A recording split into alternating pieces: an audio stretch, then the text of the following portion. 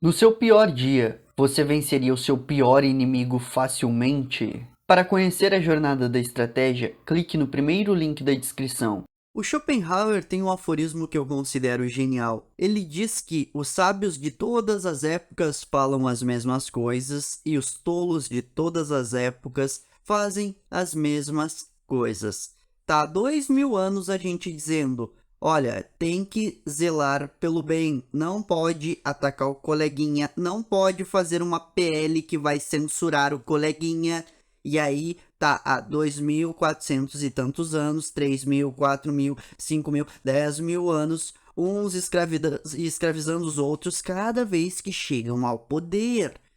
Os sábios de todas as épocas dizendo: é importante que vocês tenham cultura, é importante que vocês saibam se movimentar em ambientes diferentes, se defender, aprender a dialética. Tá lá em Platão, os filhos dos ricos indo aprender retórica para se tornarem políticos.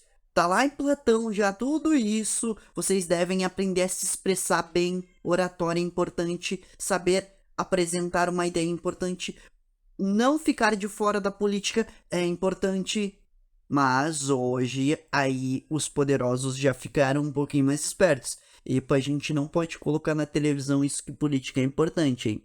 A gente tem que dizer que política não é importante, mas nas nossas mesas a gente fala sobre política. Tá lá os sábios dizendo: tenham responsabilidade, estudem por si próprios, treinem sua visão e sua mente. E aí, hoje, os filhos dos pobres são ensinados: confie no governo, ah, ele que vai te aposentar. Uma visão infantil. Imagina só, tu deixar o teu futuro nas mãos do governo. Lá sabe-se quem vai estar no poder quando tu chegar na tua hora de se aposentar. E aí? E os teus filhos? E a tua mulher? E todo o teu futuro tu colocou tudo nas mãos do governo? Parabéns! Isso chama-se infantilidade. A construção de uma carreira é muito mais importante do que confiar no sistema, meus queridos. Abram seus olhos, todo mundo que é famoso usa o seu nome para construir uma carreira em cima do seu nome. O canal do Felipe Neto, como que é o nome do canal do Felipe Neto? Canal Felipe Neto. Como que era o nome do programa do Silvio Santos? Programa Silvio Santos. Como que era o nome do programa do Gugu? Programa do Gugu. Entende? Tá todo mundo que é esperto fazendo carreira em cima dos seus nomes. Como era o nome dos carros fabricados por Henry Ford? A marca Ford, entendeu? Então, tá todo mundo que é mais esperto tentando achar um jeito de se manter acima de toda a volatilidade do poder, e os burros estão procurando a segurança que não existe. Detalhe, né? Sistema capitalista colapsa, governo colapsa, às vezes do nada vem alguém e invade o nosso território, tudo colapsa. Então, segurança não existe, é infantilidade deixar as tuas responsabilidades para terceiros. Então, muito cuidado com tudo que tu tá digerindo de conteúdos que vem do sistema, tá? Muito cuidado mesmo. Meu nome é Thiago Krasevski, por gentileza não esquece de deixar um like nesse vídeo, nem de se inscrever aqui no canal. No programa Thiago Krasevski tu encontra o curso Mestres do Maquiavelismo. Se tu tiver interesse, clica no primeiro link da descrição. A primeira coisa que eu quero que tu saiba aqui e anote em algum lugar é: tu deve parar de fazer aquelas coisas que odeia, mas não é um se aceite como você é, que você é perfeito e bonitinho e maravilhoso. Não, tu tá cheio de defeito. Só que observa bem.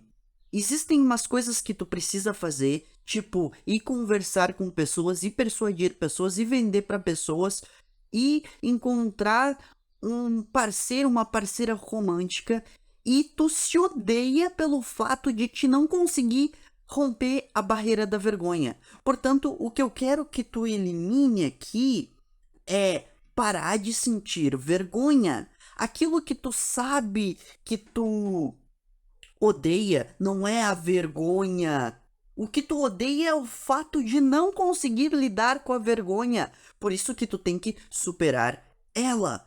todas essas tuas características, a tua retórica, a tua linguagem corporal, tu ser desengonçado, tu estar num peso que tu não acha adequado, tudo isso, tu não odeia essas características, tu odeia o fato de não conseguir lidar consigo próprio e não fazer um remanejo da tua vida. Tu não odeia ser disciplinado, tu odeia o fato de não conseguir ser disciplinado. Quem é que vai odiar a disciplina? Quem é que vai odiar não sentir vergonha ao falar com as pessoas? Quem é que vai odiar ser um bom sedutor? Não faz o menor sentido. Portanto, quando tu tem vergonha, quando tu se sente incapaz, é isso, é essa parte que tu odeia em si. Agora, o discurso no mundo aí fora é se aceite, se apequene. O meu discurso é o contrário. Vamos combater isso de frente. Terapia e disposição. Começa com ensaio mental, começa a pensar em conversar com as pessoas, começa a pensar em como tu vai realizar a tua venda. E aí depois vai tentar fazer isso na vida real. Pede ajuda para algum amigo ou algo do gênero, tá? A partir do momento que tu fizer o discernimento, quero estas qualidades, estas aqui não são tão importantes para mim, porque não estão em uníssono com a minha carreira, então posso deixar algumas qualidades de lado e focar em outras. A partir desse momento, tu tem que começar a fortificar a tua posição no mundo. Liderança. Por quê? Porque a grande massa está dormindo. Vamos ser honestos. Olha ao teu redor, olha para os teus vizinhos, olha para os teus amigos. Estão todos em um belíssimo sono em que a narrativa é a coisa principal. Dane-se os fatos, dane-se os argumentos, dane-se toda a história. Se alguém é colocado como o pai dos pobres, o amor venceu, pronto, é isto que é a verdade na cabeça dessas pessoas. Portanto, estão dormindo, não há o que fazer. Agora, os sujeitos que tu consegue persuadir e impactar através do teu pensamento, através dos teus ensinamentos, através de um negócio que é o único em ti, que é tu mesmo. Tu é o único ser humano que pode ser tu mesmo. E esse teu jeitinho característico de ensinar, esse teu jeitinho característico de falar, esse teu jeitinho característico de argumentar, é isso que será o teu diferencial para persuadir mais pessoas para o teu lado. Ou seja, tu vai exercer um papel de liderança. Tem N sujeitos dormindo. Tem N sujeitos que estão completamente desligados da realidade. Eles não entenderam que não entenderam a realidade. No entanto, alguns de vocês serão melhores de chegar em alguns tipos de sujeitos. Alguns serão melhores porque o vocabulário vai estar mais próximo. Lembra, cada um tem um universo mental com palavras tendo significados distintos para cada um. Quando eu falo amor, o significado para mim, para ti, para o Felipe Neto, para o Lula, para o Bolsonaro, são significados distintos. Ah, Thiago, como que tu me prova isso? Tem N livros sobre o que é um romance, entendeu? Livros e mais pilhas de livros tentando explicar o que é uma boa história, o que é um bom romance, o que é poder, o que é isso, o que é aquilo outro. Mais ou menos a gente tem um significado estático de algumas palavras, como cadeira. No entanto, algumas outras palavras, como substância, ser, algo que remeta a sentimentos também, muitas vezes, não tem um significado estático, é algo bem elástico. Tanto tu pode utilizar uma linguagem poética, mitológica, quanto uma linguagem científica para representar esses valores na cabeça dos outros. Agora, eu que sou muito bom em ser mais simples, eu não consigo chegar na cabeça do sujeito que precisa de uma metáfora, de uma mitologia poética ali para fazê-lo compreender certas coisas. E aí, vocês que são mais poéticos é que devem utilizar a linguagem mais poética para chegar nos ouvidos desses sujeitos e conscientizá-los.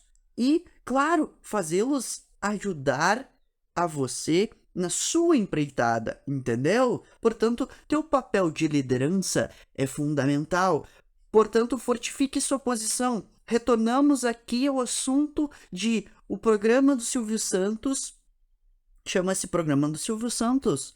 O programa do Danilo Gentili é De Noite com o Danilo Gentili. Tá todo mundo fortificando os seus próprios nomes para ter uma carreira, para as pessoas confiarem, entendeu? Thiago Fint, Raio Santos, N sujeitos diferentes utilizam seus próprios nomes, porque se vier algum golpe de estado, se vier qualquer coisa, as empresas que conhecem esses caras podem contratá-los para consultorias e N tipos de coisas diferentes. Portanto, fortifique a sua posição no mundo. Existe algo que vai te perseguir pelo resto da tua vida, que é a sensação de não ter aproveitado as coisas no momento que aconteciam essas coisas. A tua consciência é meio fluida, meio que a autoconsciência é algo que parece vir de forma posterior à experiência. Parece que tu viveu o teu melhor momento da vida e não percebeu que estava vivendo esse melhor momento da vida, e aí tu olha pra trás e fica pensando: meu Deus, eu queria reviver aquilo de novo. Nossa, tava maravilhoso, como eu não pude perceber isso? E aí aqui chega uma resposta filosófica de Epicuro. Epicuro foi um cara que foi bem mal interpretado com o passar do tempo, mas ele pregava o seguinte: é bom ter prazer? Claro que é, mas tu tem que ter um certo autogerenciamento, tá? Só que tu tem que aproveitar ao máximo o prazer e a felicidade quando eles estiverem acontecendo contigo. Sabe quando tu sente aquela tua felicidade por ter rompido uma barreira? Aproveite esses momentos. Deixe vívido na sua memória, tá? Porque assim, tu não vai ficar pensando: a saudade está sempre na próxima esquina. A saudade, a felicidade está sempre na próxima esquina.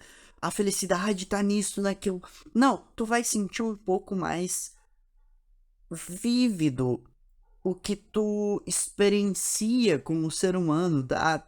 E aí até algo vai começar a acontecer. A palavra saudade vai deixar de existir no teu vocabulário.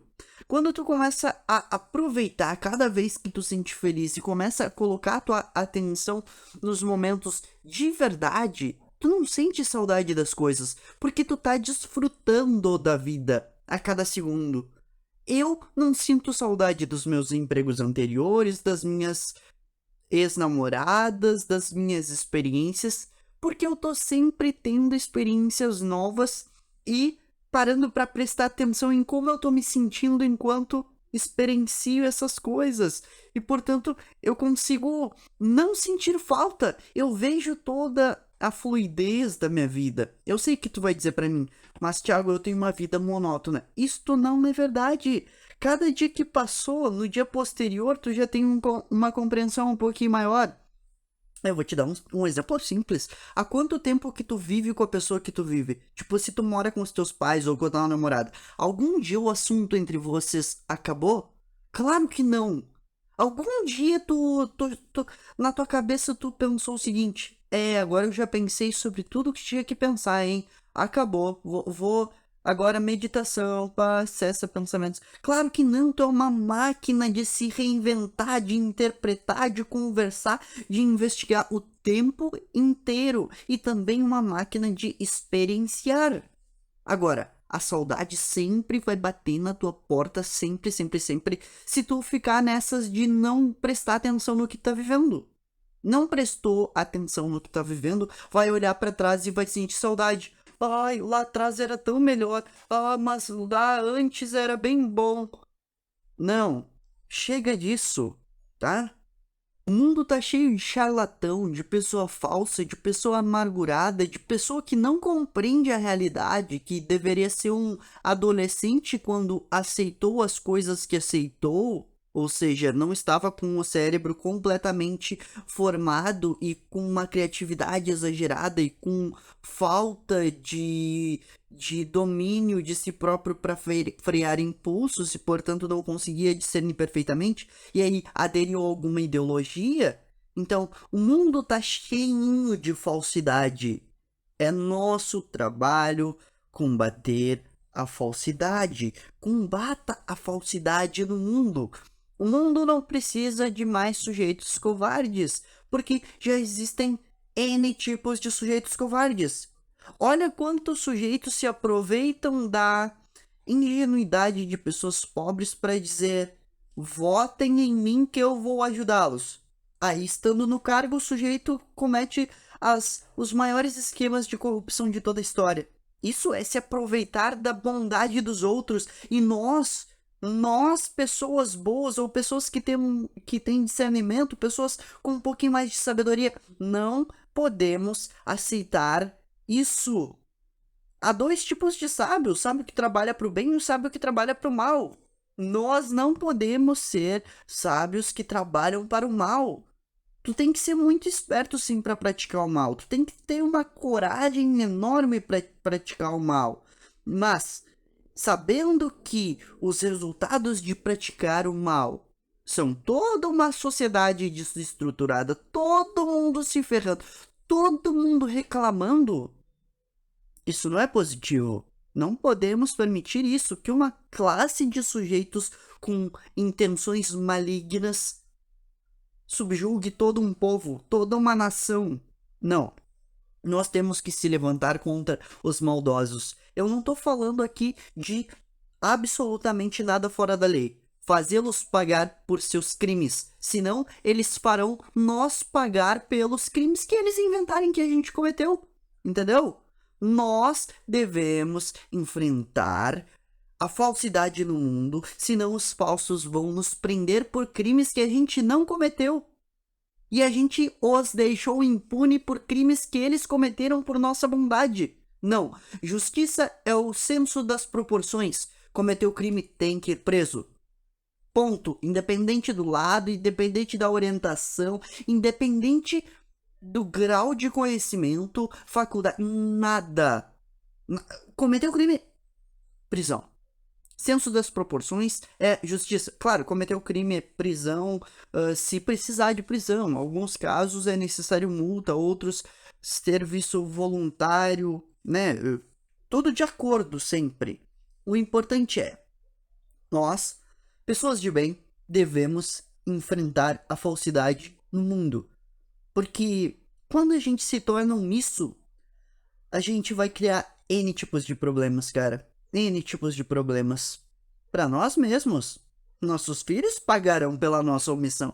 Ou tu acha que vai sair impune por ser um covarde? Não. Muitos adeptos a certos tipos de ideologia elogiam a China. Porque é um partido muito forte, um estado muito forte. Hoje eu vou te falar algo positivo da China, que a gente vai se admirar. Nem a China gosta de homens covardes, pessoas frouxas. Eles treinam toda a sua sociedade para serem pessoas fortes, combativas, agressivas quanto a valores ruins. Claro que lá eles próprios cometem seus crimes, N tipos de coisas, só que eles colocam na cabeça das crianças o seguinte: não se aceitem, vocês devem serem o melhor que conseguirem ser. Isso vai exigir de vocês muitas horas de dedicação, muito tempo dedicado a construir certas qualidades, a evitar certos vícios que serão inatos às suas personalidades, etc, etc. Mas vocês devem serem fortes. Pessoa fraca não tem espaço na sociedade. Uma grande mentira é: se aceite do jeito que você é, porque há sombra para todo mundo vai se dar bem na vida. Não, apenas os organizados, apenas os disciplinados, apenas os esforçados, apenas aqueles que não desistiram nunca vão chegar a algum lugar. Apenas os mais inteligentes, apenas os mais perspicazes, apenas aqueles que colocaram sua mente sob seu domínio. Aqueles que aceitaram passivamente. Eu só vou aprender o que alguém disse para eu aprender. Eu vou ir para a universidade porque o diploma, né? Bom, legal, né? Mas quando chegar na idade de se aposentar, o governo não me paga. Não, tu deve tomar as rédeas da tua vida. Poupe a grana, estude porque gosta, porque quer, porque isso te dá potência, tá? Ouse saber.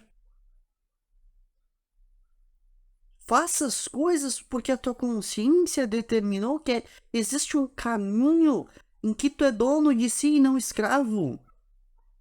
Ou tu acha que confiar em certas instituições, em certos tipos de coisa, é coisa de sábio? Claro que não. Claro que não. Portanto, a coragem deve ser um valor que tu deve considerar primário. A coragem é o valor que vai dar outros valores. Como é que tu vai se posicionar como um líder sem coragem? Como é que tu vai se posicionar contra a falsidade do mundo sem coragem? Como é que tu vai arriscar abrir a tua empresa, ou dar as tuas aulas, ou escrever o teu livro, ou ser o bom boxeador que tu quer ser sem coragem? É muito fácil o discurso de se aceite, não ative a coragem, porque aí vem o Estado ou organizações e encurralam diversos sujeitos contra um. É muito fácil. Agora, se esse um tiver coragem o suficiente, ele bate de frente e faz os outros retrocederem. O sistema tá aí para te deixar bem dócil. O sistema tá aí para te deixar burro. É burro mesmo, sabe? O que significa isso? Redução de QI, incapacidade de digerir certas informações. O sistema tá aí para fazer isso. Agora, a coragem, se tu tiver coragem de questionar, peraí, esses dados aí são reais? Como é que é? Ou tu tá impondo isso com base em uma especulação? Quando tu tem coragem, tu vai começar a ver a vida, vai começar a ver os malandros, vai começar a ver um monte de coisa diferente do que hoje tu vê. Por exemplo, narrativas não vão te enganar mais. O que eu vou te dizer agora não é exatamente bem verdade, porque há um conjunto de tensões que a gente não controla. Mas a melhor forma de enfrentar a vida é dizer o seguinte, ó, eu sou responsável por 100% do que me acontece.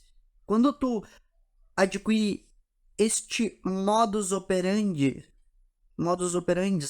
de eu vou ser responsável pelas minhas coisas, eu vou ser responsável pelo meu corpo, por a minha educação, por todos os diâmetros da minha vida, aí tu começa a ver o teu poder real. Até certo limite tu não comanda o mundo. Até certo limite serão coisas que serão tensões. Mas como que tu vai saber qual é o teu limite de controle se tu não agir como se mandasse em 100% das coisas? Não tem como tu saber isso. Então, quando tu começa a reclamar, mas isso aí é o sistema capitalista opressor. Mas também não é justo, né? Eu como um hambúrguer engordo. Mas isso é injusto. Mas o outro nasceu na família. Não, esquece isso. A partir de agora é eu. Eu vou fazer, eu sou tal coisa, eu consigo tal coisa. Se tu tentar controlar 100% da tua vida e falhar em alguns aspectos que naturalmente não dependem de ti, vai ser ainda melhor do que tu ficar nessa reclamação. Vou te dar um exemplo. Não é tu que manda 100% em como fazer alguém se apaixonar por ti. No entanto, se tu olha e diz, não, eu não tenho capacidade alguma de fazer aquela menina se apaixonar por mim, e não vai até lá tentar fazer ela se apaixonar por ti, já era, 100% de chance de que ela não vai se apaixonar de verdade por ti. No entanto, se tu olha, a primeira pessoa que tu tentou não deu, a segunda não deu, a terceira deu, ao menos algum controle sobre o teu destino, tu tava escolhendo, entendeu? E aí, em alguma margem, tu foi responsável por isso. Agora, se encarar tudo como aleatoriedade, tudo como sorte. Mas o sujeito lá nasceu rico. Tá, e o Fint que construiu do zero? Mas o Fint enganou a gente. Tá, mas e o Marçal que não enganou ninguém? Mas e tal. Sempre existe uma desculpa. Tá? Aliás, abrindo um parêntese aqui, Fint e Marçal, não sei se enganaram alguém ou se são 100% honestos. Não dou a mínima pra isso. Nunca busquei esse tipo de informação, eu nem sei sobre a carreira dos caras, tá? Eu sei que é muito fácil apontar algo pra alguém que alguém fez errado, ou dizer algo sem provas alguma, ou criar uma narrativa em cima do sujeito, né? E dizer que foi sorte do destino eles estarem lá. Mas não. Ambos são esforçadíssimos e provavelmente merecem por mérito o que tem. Eu sei que as pessoas da nossa sociedade dizem, não, mas não existe mérito. Mas alguns se esforçam mais do que outros e esses geralmente são os que dão certo. Então, é tudo um grande acaso que quanto mais se esforça, mais tem? Ou é uma palavra muito semelhante a mérito?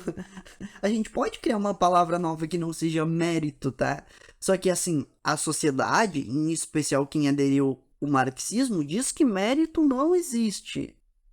Mas quem se esforça mais geralmente ganha mais, vai mais longe, progride mais. Ou é acaso a minha linguagem um pouco mais intelectual? Não, eu adquiri jogando sinuca no bar. Não, foi lendo, foi se esforçando igual um cavalo para compreender intelectualmente aquilo que eu lia, porque eu sou burro.